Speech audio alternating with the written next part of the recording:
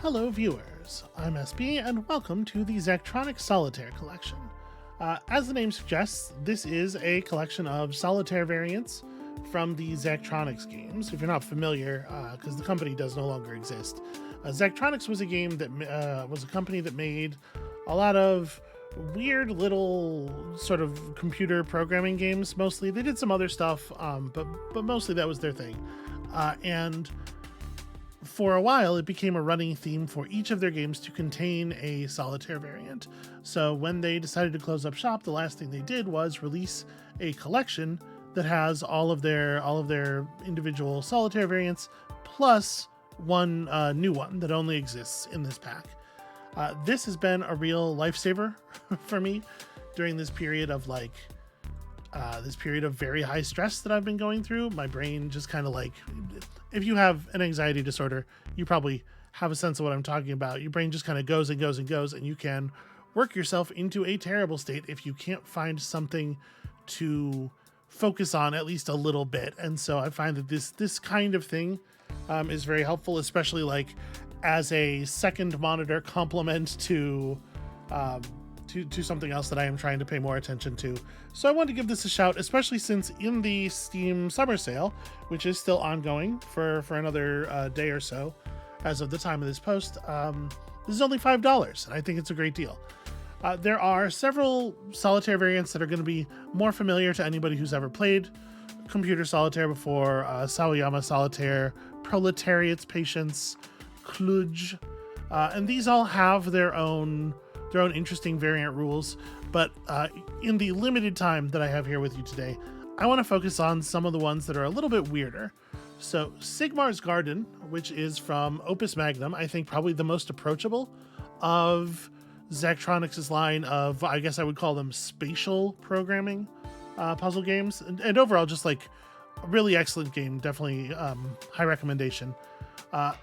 You can see here is a solitaire game that resembles positional solitaires, like those ones where you're hopping marbles over each other, more than card type solitaire. And the deal with this game is you remove marbles from the board. You can only remove the marbles that have three or more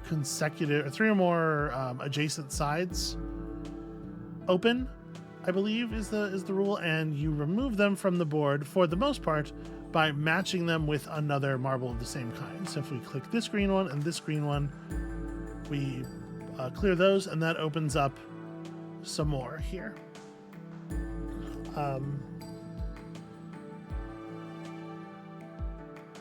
It's a little bit more complicated than that. As you can see here, there's sort of a string of where is the rules button? Here we go. Your goal is to clear the board. Select a free marble, then pick a matching marble to remove them both from the board. A marble is only free if it has 3 contiguous empty faces. Spaces off the board do count as empty faces. The elemental marbles all match with each other. The elemental marbles can all also be matched with salt, and salt can be matched with itself. Vitae and Mors will only match with their opposite, and you can tell because they just have the same symbol on them, vertically flipped. And then all of the metals match with Quicksilver, but only in the order of their transmutation from lead to gold. So we have to, as we can see here, let's get a metal open. Here we'll match some air and then some water. And you see how this has 3 sides open, but it's not available for interaction because we've not yet done a transmutation of lead yet. So we have to get this thing clear and then match it with one of these. And you can see the order is preserved right here.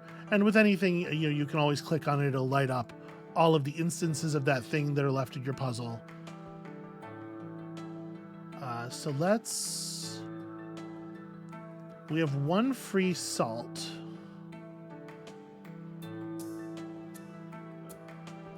Let's match salt and this water.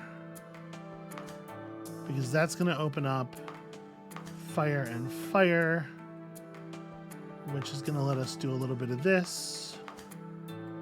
Now we have this that we can match with some, it's Quicksilver. Yeah, we have this that we can match with some Quicksilver to open something up, but you know, we're always trying to keep an eye on what we have available here. We know that matching the Quicksilver is going to make this available, and so we have produced another pair of air that can be matched together. And you just have to be a little bit careful with this. This is rated, each of the games is given a rating, a difficulty rating by the collection. This one is rated difficulty 1, which is not to say that I can always complete it. So we have some Vitae and some more here.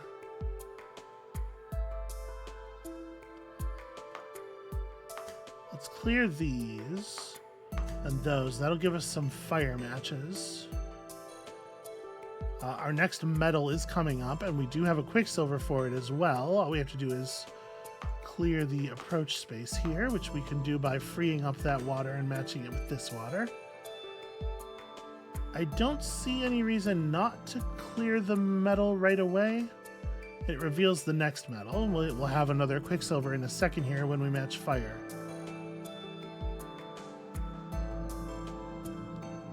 Yeah, okay, this is working out okay. Our next metal is right there, and then the gold is in the dead center of the puzzle.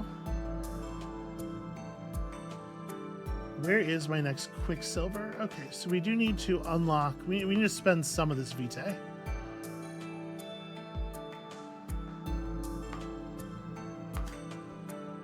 Alright, the gold you can just spend by itself. It doesn't need a Quicksilver. And that has left us, I think, in a pretty strong position overall here. Let's see. So we have an odd number of water and an odd number of air left. We have to make sure that we match these with the remaining salts. I mean, it's very easy to clear the puzzle of air entirely. And then by removing these, we make everything open, and so that, you know, at this point, it is no longer possible to fail the puzzle. There we go. There's a quick round of Sigmar's Garden. Yeah, I don't remember exactly how many boards there are of this, but there's a lot. I know this is a particular favorite of some good friends of mine, and I think it's neat, but it is a little. I agree with the difficulty. It is a little easy for my taste. Cribbage Solitaire is an interesting one, and it's one that I think a lot of people missed because it's attached to a non-programming game, a sort of a weird military strategy game that they released called Mobius Front 83. But this one is, as the name suggests, a solitaire game with rules kind of loosely based on cribbage. I'm not super familiar with cribbage myself, but Amabel tells me this is indeed pretty much like cribbage. So we play cards from the tableau. The available cards are just the bottom card of each of these four big stacks. Play cards from the tableau to our stack over here, one at a time, scoring points based on whatever we just played. We win if we get 61 points by the time we clear the whole board. The stack total may not exceed 31. If you can't play a card to the stack without the stack going over 31, then you're done with that stack and you throw it away and start a new one. When you're calculating the stack total, all the face cards are worth 10. The aces are always 1. They are only 1 in this game. If you can play a card to the stack and keep it 31 or lower, you must. If not, you start a new stack. So here's how the scoring works. If the first card you play into the stack is a jack, you get 2 points. If after playing a card onto the stack, the total value of it is exactly 15 or 31, you get some more points. You get points for playing sets of the same card, and points for playing runs of consecutive order, or runs of consecutive numbers, no matter which order you play them in. Even as you can see here, like 2, 4, 3A would count as a run of 4, even though you played it totally out of order. So I like this one a lot. I think this one's got some interesting strategy. It's very satisfying to do well in it. I will say the first thing that I see here is that we have 3 5s grouped together very close to the bottom of the stacks, and getting to play sets of the same card is a really strong way to start. So I think what I might actually do here,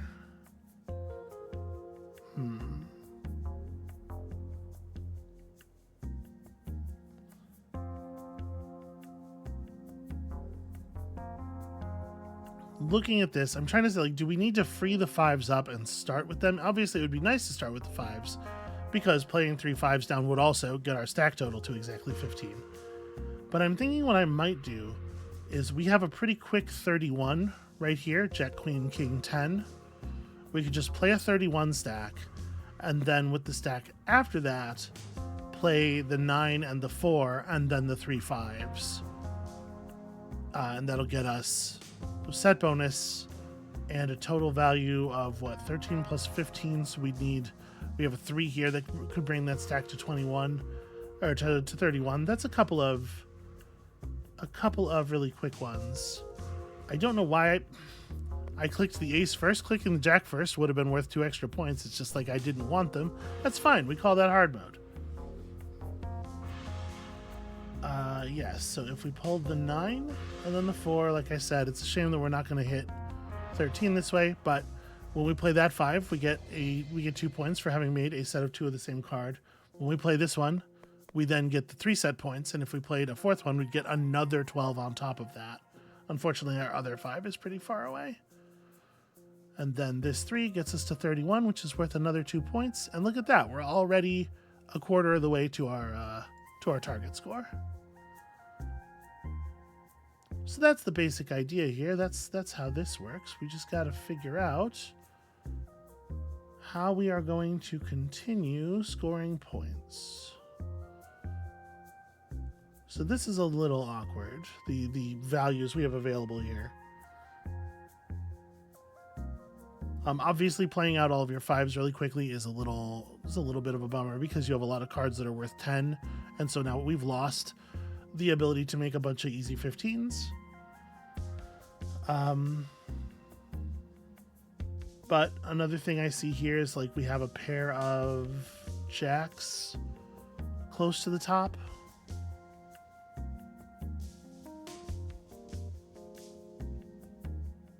So we could do a first card played jack, second card played as a set of 2, and then, you know, ace and a 10 or something, and get ourselves to 31 again. To free up those jacks, we're playing like 7s and 6s.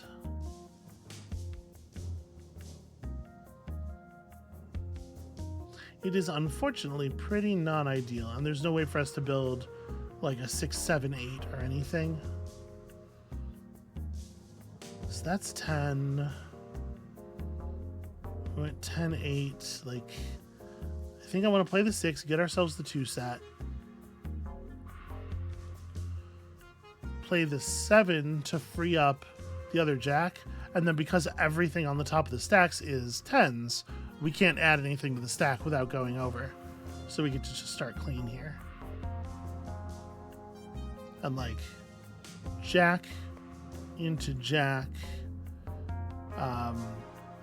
If we play a king here, we keep a pair of 10s available for the next stack, and we can at least get a 31 there.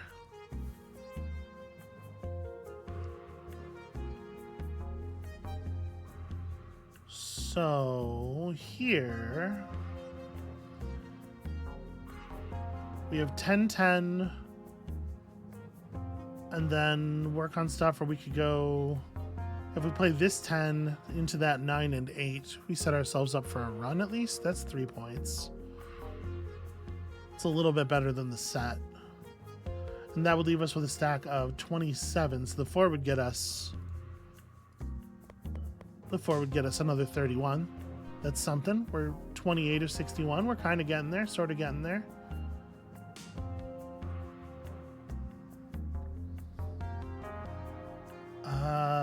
Boy, what do we do next?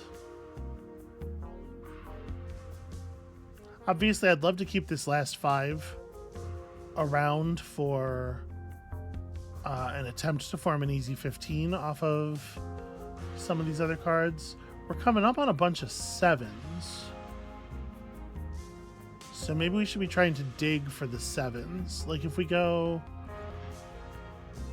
hold the 5 here, we do like 15 and something off of our next hand, and then try to get the 7s in the hand after that, or the stack after that rather. So what I do right now is go like, wow, it's actually very difficult to maintain this though. 10 plus 5 is 13, unfortunately. So following it with the 3 will get us to 16.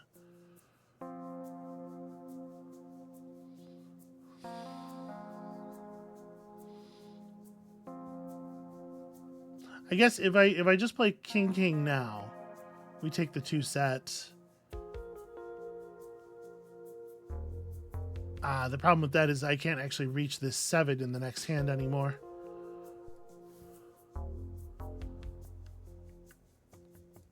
Alright, well, we can get 2 points real quick. And then... Actually, if we play 3 and 3, get ourselves a 2 set, we don't get to take the 3 set here, but we do get to take a 31. And then we can just go 7, 7, 7. We don't have to play the cards all together. So I think, yeah, we can play 7, 8, 7, 7 and get our 15. Oh, maybe I was wrong. You do have to play them. Well, that's a problem. Refreshing myself on the rules at least. So here we have a pair of queens. Like we're starting to run a little bit lower on scoring opportunities, right? And we're still 19 points away from clearance. I think it is possible that we're not making it out of this one. Pair of queens gets us the 2 set, and then 3 plus 8 is 11 to get us another 31. We got a pair of 6s here, a pair of 2s coming up. I mean, here we have Jack, Queen, King, Ace. That gives us some value. We're getting awfully close. I think we're gonna get real close and flounder, unfortunately. That said, 6 plus a 9 gets us to a pretty good spot here. And then, unfortunately, this is where it comes to an end, right? We're going to be able to score 2 points for setting the 9s. And then we're just out of cards, and unfortunately what's left doesn't score us anything. And so we only make 57.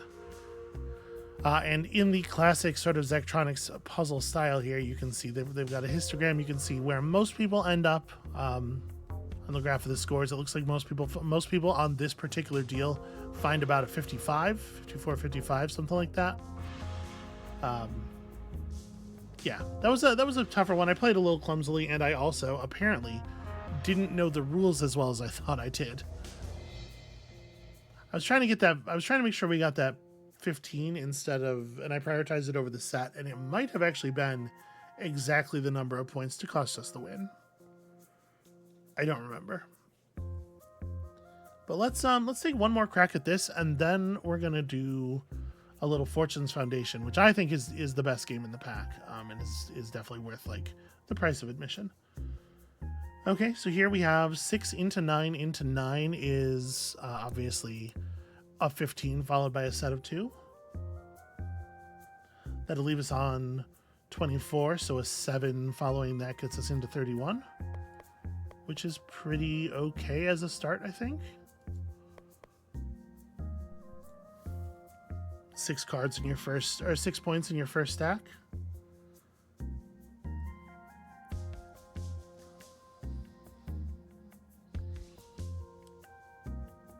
This is a pretty strange setup though, huh? So we have a bunch of low value cards Ace 2. But there's no, the uniting 3 is way back there. So it's like you'd have to play 2 ace queen, which will put us on 13 and make it impossible to hit the 15, which is awkward. But then we do have the ability to play like 3, 4, 5, 2.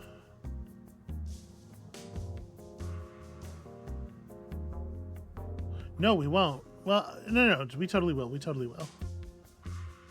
If I play this king first, I'm trying to see if we can get another ace in there. Because you can get a run, you can get up to 7 points for playing runs, and obviously, like, I would love to... I don't think we can, though. If we play the king down, we're going to end up... Before we can start our run, we're going to be at 23 in the stack. And there won't be enough room under the 31-point cap for all this. So let's just go ahead and open this up. And then if we play it like this, 3, 5, 4, and we play the 6 instead of the 2, we get that 4-point run and we get the total of 31. That's pretty good. So like runs are extremely valuable if you can build them, because you get the successive points for each card played. We got the 3 points on the 3rd card or the 4th on the 4th, and if we'd been able to jam in a 5th, we would have gotten another 5 there. Also, sets are good, but really, like, if you can manage a 4 set, if you can get 4 of the same value sort of crimped together, it can be extremely good. Generally speaking, that requires the 4 cards to be in 4 different stacks or to be very close together, like these 2 4s are. You see, like, these 2 3s, it's going to be very difficult to make a play that would link these 2 3s because there's 9 points of card between them. That's a little bit easier when you're talking about a card that is itself low value. But obviously you can see how that could get tricky if you're trying to link 8s that are separated by 2 cards or something. Speaking of which, we do have some stuff going on here. It's unfortunate that these cards fill the stack so quickly. So like even if we started with throw down a 5, just the 10 makes 15. We already can't make the 3-card run because 5, 10, 9 puts us on 24, and 8 would put us over the stack limit.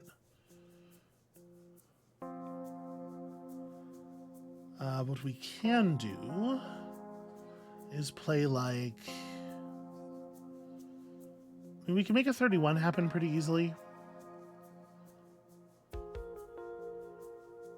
Right, we go...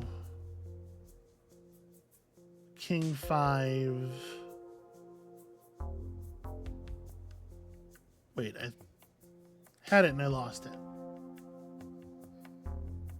Well, the 15's as much as the 31 anyway. I don't know, is 10, 5, 9, 2 is... What am I talking... My brain just shut off for a second there. I don't know what the hell I'm talking about. Okay, let's take this 5. Let's maybe just play... Oh, I should have played the king. You know, I didn't even see the 5, 4, 3, 2 ace. Playing the king first and then building that run would have been pretty good. There's no undo button.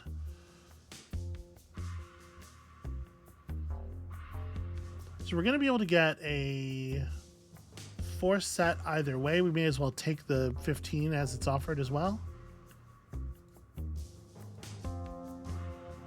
2 and ace. 4-point run is pretty decent, and it leaves us with some okay stuff on top here. So we have obviously 7, 8. It's worth noting that 7, 8, 8, 8 is an exact 31. So I think what I want to do here is play out 9, 10 queen, even though it kind of doesn't do anything. Just because it opens up 15, set of 2, set of 3 to 31, which is a pretty valuable stack. You have to be careful how often you do that, obviously. Throwing a stack away so that you get a better return on a future stack. Sometimes you gotta actually score them. This one seemed pretty straightforward.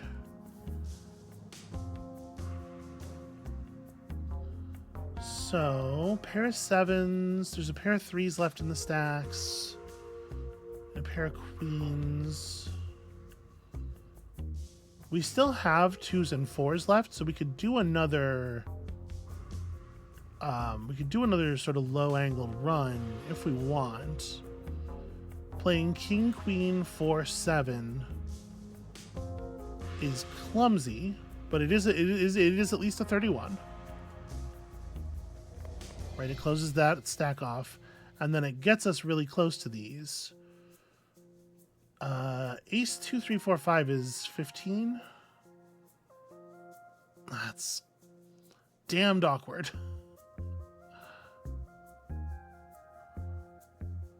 Because obviously we got to get this 9 out of here, right? Like, I can't. Well, unfortunately, we just can't. We can't play queen 9 and then the 5-point run.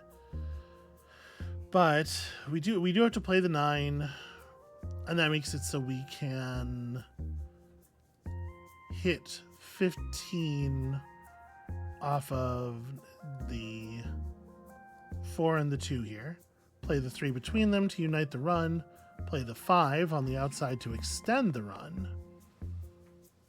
And then unfortunately we have to just burn a 7 onto it. But that's got us to 53, and we still have a fair number of cards left. One thing worth noting is that there is there are 3 jacks remaining. So obviously, if we played the jacks to the stat, if we just played 3 jacks as first cards, that's not horrible. But we can do better. We can do better. If we play the 3 jacks as a stack, they'll score us 2 + 2 + 6, which will, by itself, be enough to win us the thing. So we just have to engineer that circumstance.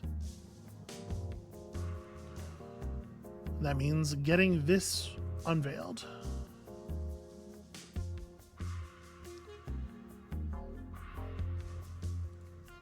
So playing queen. We do have to get the 5 out of the way, which is a little awkward because I really want to play queen, king, ace, king here and get us that 31. I mean, playing queen, ace, king, king does give us 4 points by itself. It reduces the pressure on that stack.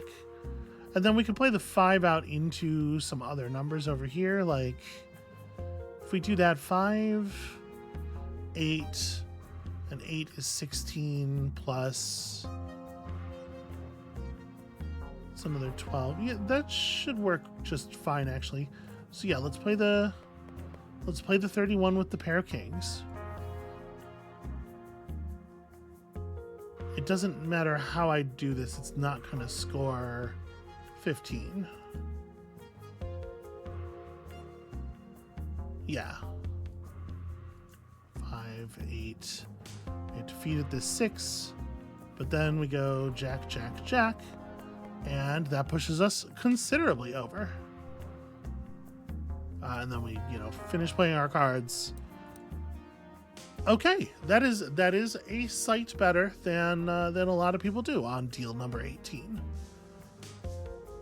This was cool. I do love the the Zachtronics puzzle histogram thing, just for getting to anonymously pat yourself on the back. Unfortunately, this one doesn't have any like friends list linking functionality the way a lot of the Zachtronics games do.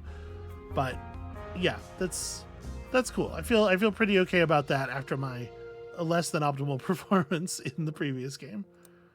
So that's not what we're doing. This is what we're doing. So yeah, there's that.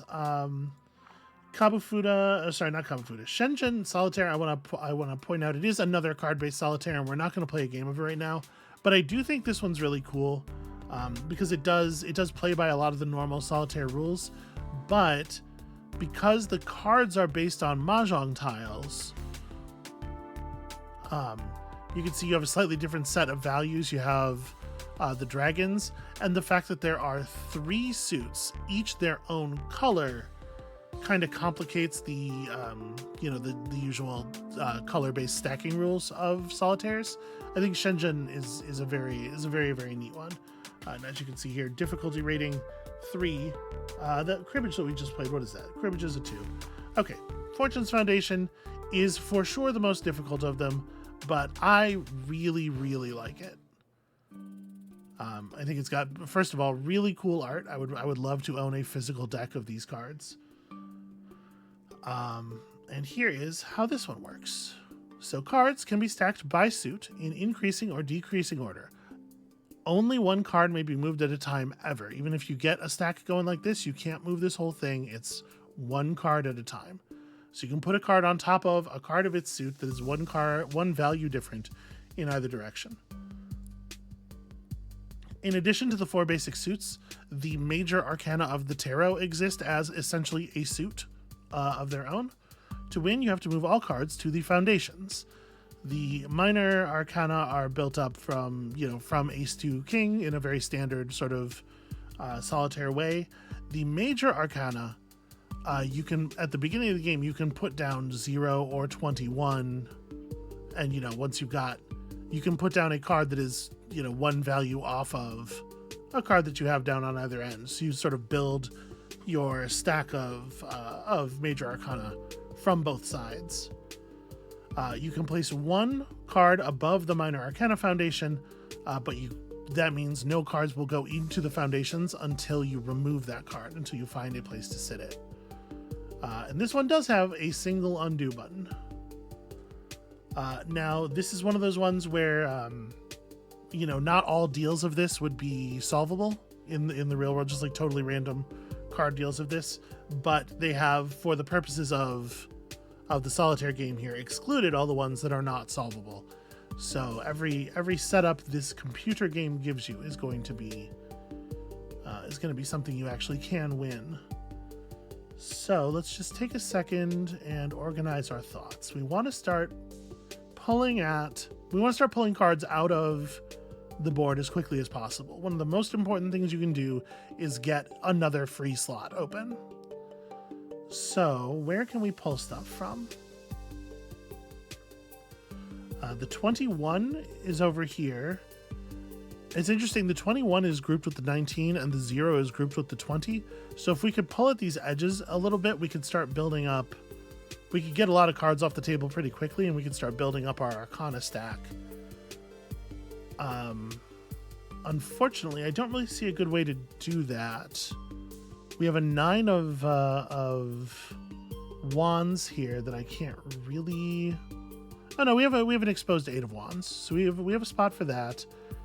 We have a 5 that's a little trickier to deal with. Do you have a place to live? The thing is, I want to be putting the 6 onto you, so we need to expose the 7 or the 4 to bring them both onto, which we can do. Like if we move the queen onto here, place this 5 onto this 4, and then this 6 onto this 5, that'll snap the world up there. The Hierophant can hang out with the Emperor for the moment.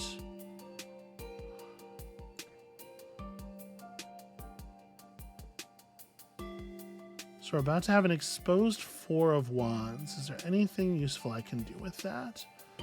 3's over there. The 5 is buried deep. I'm just thinking, I don't really know what I want to do with this devil. We don't quite have access to the 2, so I can't access the 14. I can't access the 16. Really, like we have a couple of spaces that we can move things to keep them temporarily, but I think it's really important when you're doing this to make sure that those are actually temporary. It's very easy to think, I'll put this down here for a moment, and then find that you have burned the only place that you can keep things, and you have no way of getting the other thing clear ever again.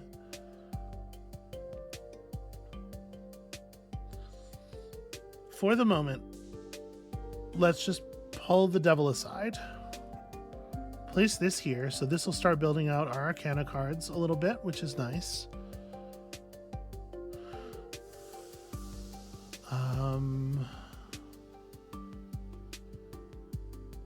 If we could access...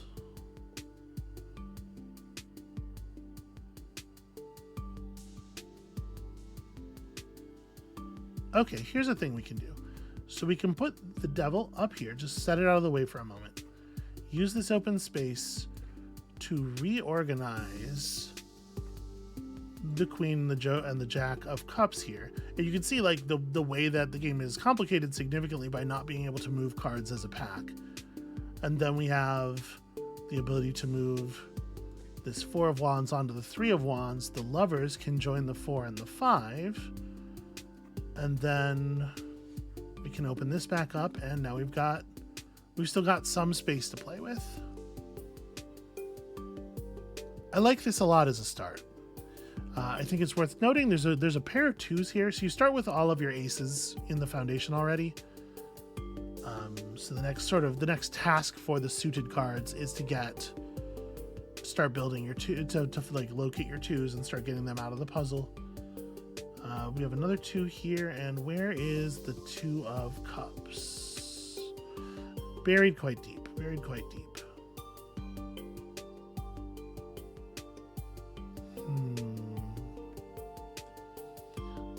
What do we do with these?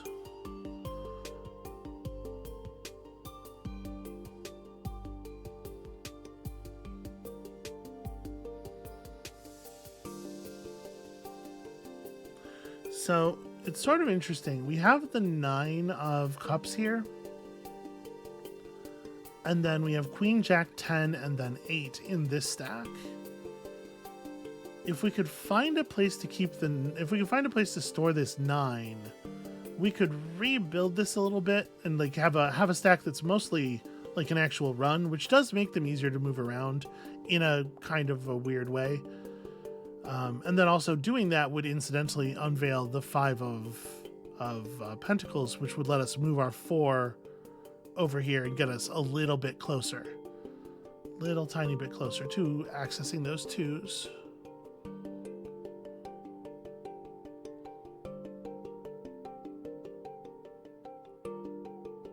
We also have the 7 of wands here with the 9 and the 8 there. And the 10 of wands is underneath all that. It feels like these 2 stacks are both very close to some kind of resolution.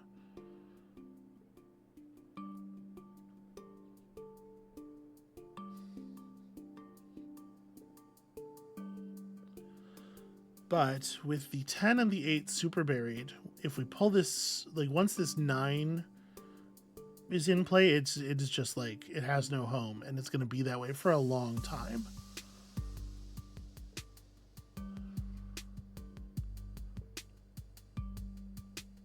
Our tarot cards are actually like our arcana are spread out really, really strangely this game. A lot of our middle cards are like buried and far away from their proximate cards, which makes it really difficult to get the stacks going.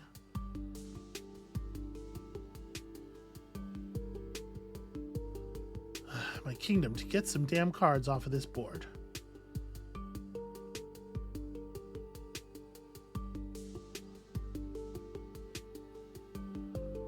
So if we pull the 9,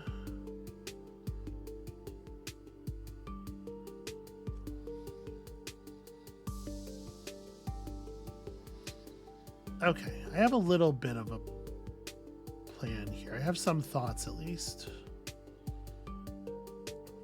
So if we pull these, we can sort of invert a stack very easily like this. Let me store the 9 up here for a second.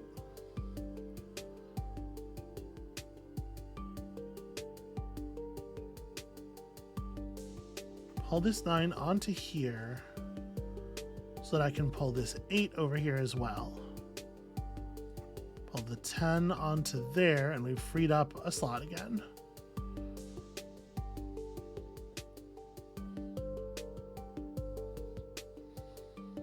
we can...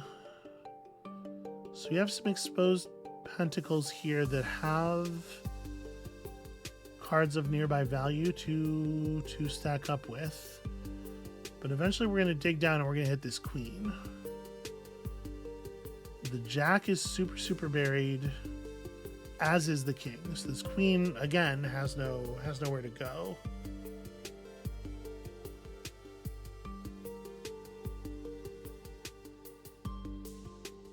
It's very unfortunate, actually.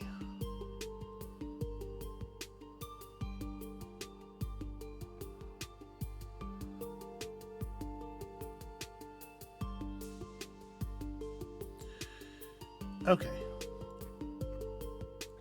Invert this small wand stack here. And then re-invert it back onto the 7. I know that we were talking about trying to clear this stack. I'm adding stuff to it right now. But once we've done that, moving the Empress aside gets us, a little bit of a tarot run back up to here. That gets a bunch of cards off the table, which is nice. And then we have an exposed 14 that we can run our 15 onto, or even we have 16, 15, and 14 that we can compress. And the question is just which way does it make more sense to do it? We're trying to find a way... I was going to say, we're trying to find a way to get these wands out of here so that we can get to those 2s. That is still a priority. And it's like, because the stack runs 7 to 10, we need either the jack or the 6, and they're right next to each other. They're in the same place. So if we clear this way, the 18 is here and the 17 is there, unfortunately. So this stack is not terribly close. You know what? Actually, hold on. We can put the 4, 5, 6 up there too by just reversing them. We now have the ability to run the 7 onto here. 7 of Swords. The 8 of Swords is pretty buried, as is the 3.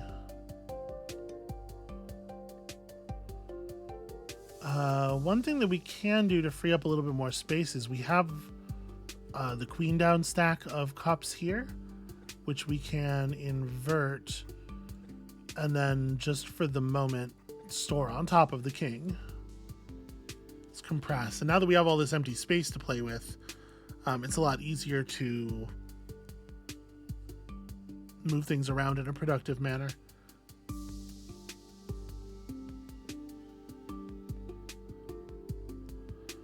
We definitely have space to take the 9 down. I'm not in a big hurry until it actually does something. So we need to get access to these 2s. And I can just go do it, right? Like, there's nothing stopping us from just moving the wands to here, move the 12 to there, move the 9 to here. A bunch of stuff comes off the stack. The 17 joins this. The 3 can join that, and then we've emptied a stack.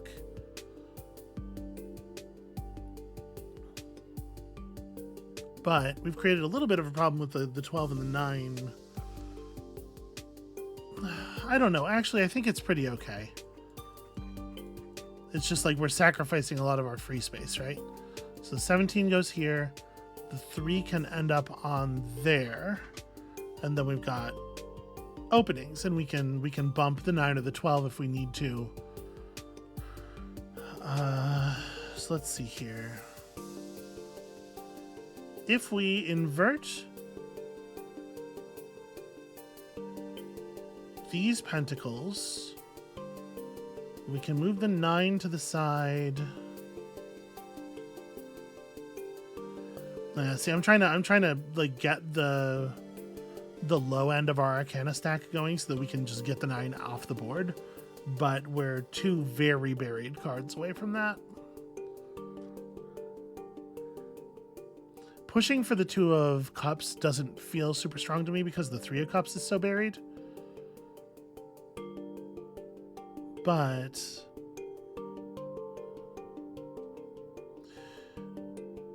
well, hold on a second. I just realized so we have the 2 of wands up here. So if I uncover the 3 of wands, the 3 and the 4 will just jump up as well. That's a free removal.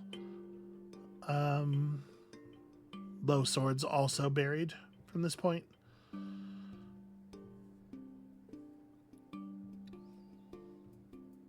That's a shame too, because if we could clear that 3, we'd be able to pull this whole stack right afterward. So we can move the 10 over to the jack for the moment. The 6. Actually, moving this stuff, like, the board's immediately going to drink all the way up to that 6 of cups. That's pretty good news. That's a lot of cards off of our back.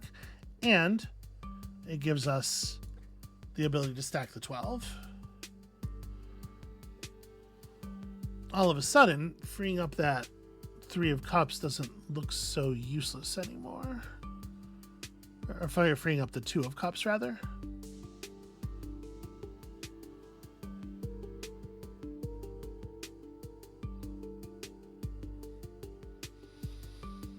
Okay. I think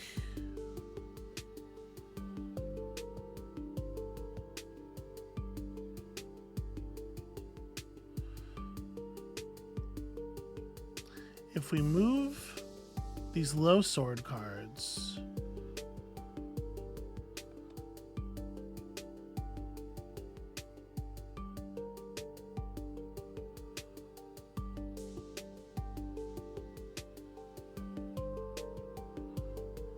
this is a little awkward.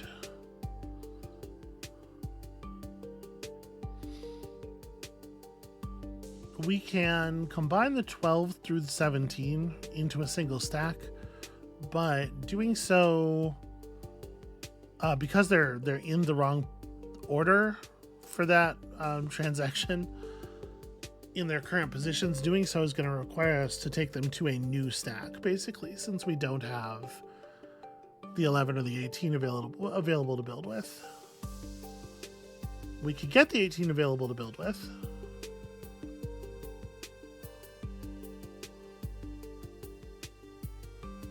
Maybe that's exactly what we should do, actually.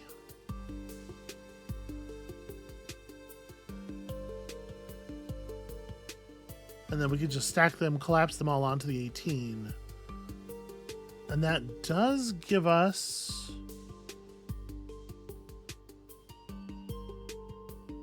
Or we wouldn't collapse them all onto the 18. We free the 18, we remove them all from the board. They'd all go onto the tall stack here. That frees up a lot of stuff, actually. Okay, so let's sort of... I always think about moving the stacks as like slinking the cards around. So if we just move the 4 aside,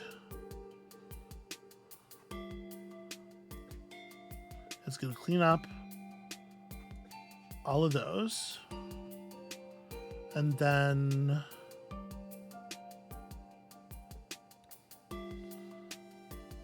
how do we want to stack these? We have to be a little bit careful.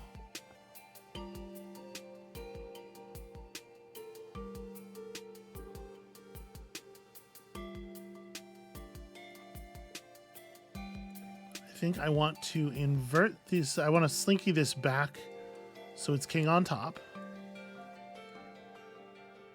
Move the 9 to here, gets us the 7 from there. And then this will allow us to move a lot of swords off the table, right? Pretty good, pretty strong. Okay, we have more room than it looks like we have.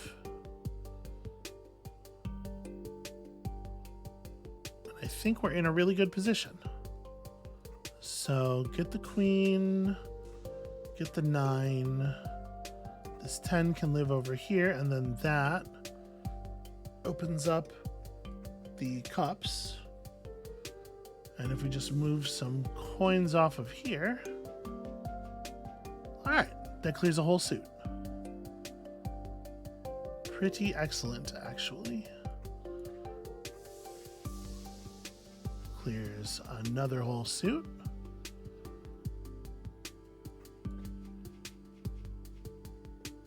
And the problem here is that the 6 is trapped. There we go.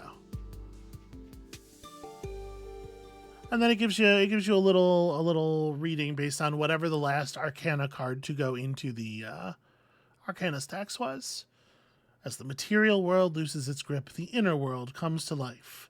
The true nature of things becomes apparent, and the light of wisdom shines. Boy, you would like that to be the case, huh? As the material world loses its grip, the inner world comes to life is certainly true enough.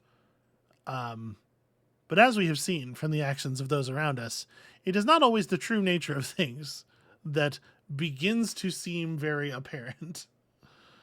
Oh well. You know, it's like any other kind of tarot reading, right? The cards don't know anything. The only thing they can tell you is things that you already know and believe, which, you know, can be awfully valuable itself sometimes. All right. I think that's just a little demo of some of the stuff that's going on in the Zachtronics Solitaire Collection. If you like having a little second monitor thing to do to keep your hands and 7% of your brain busy while you're also watching a video essay, or if you need such a thing because anxiety disorder, ADHD, etc. You know, I think this is like a really fantastic one of those. It's also just, you know, the music and stuff, very chill experience. And like I said before, it's only $5 in the Steam summer sale. So that's going to be it for us for today. Thank you all so much for watching. I hope that you enjoy solitaire variants, because when you come back next time, we're going to be seeing even more, something new. And we'll see you then.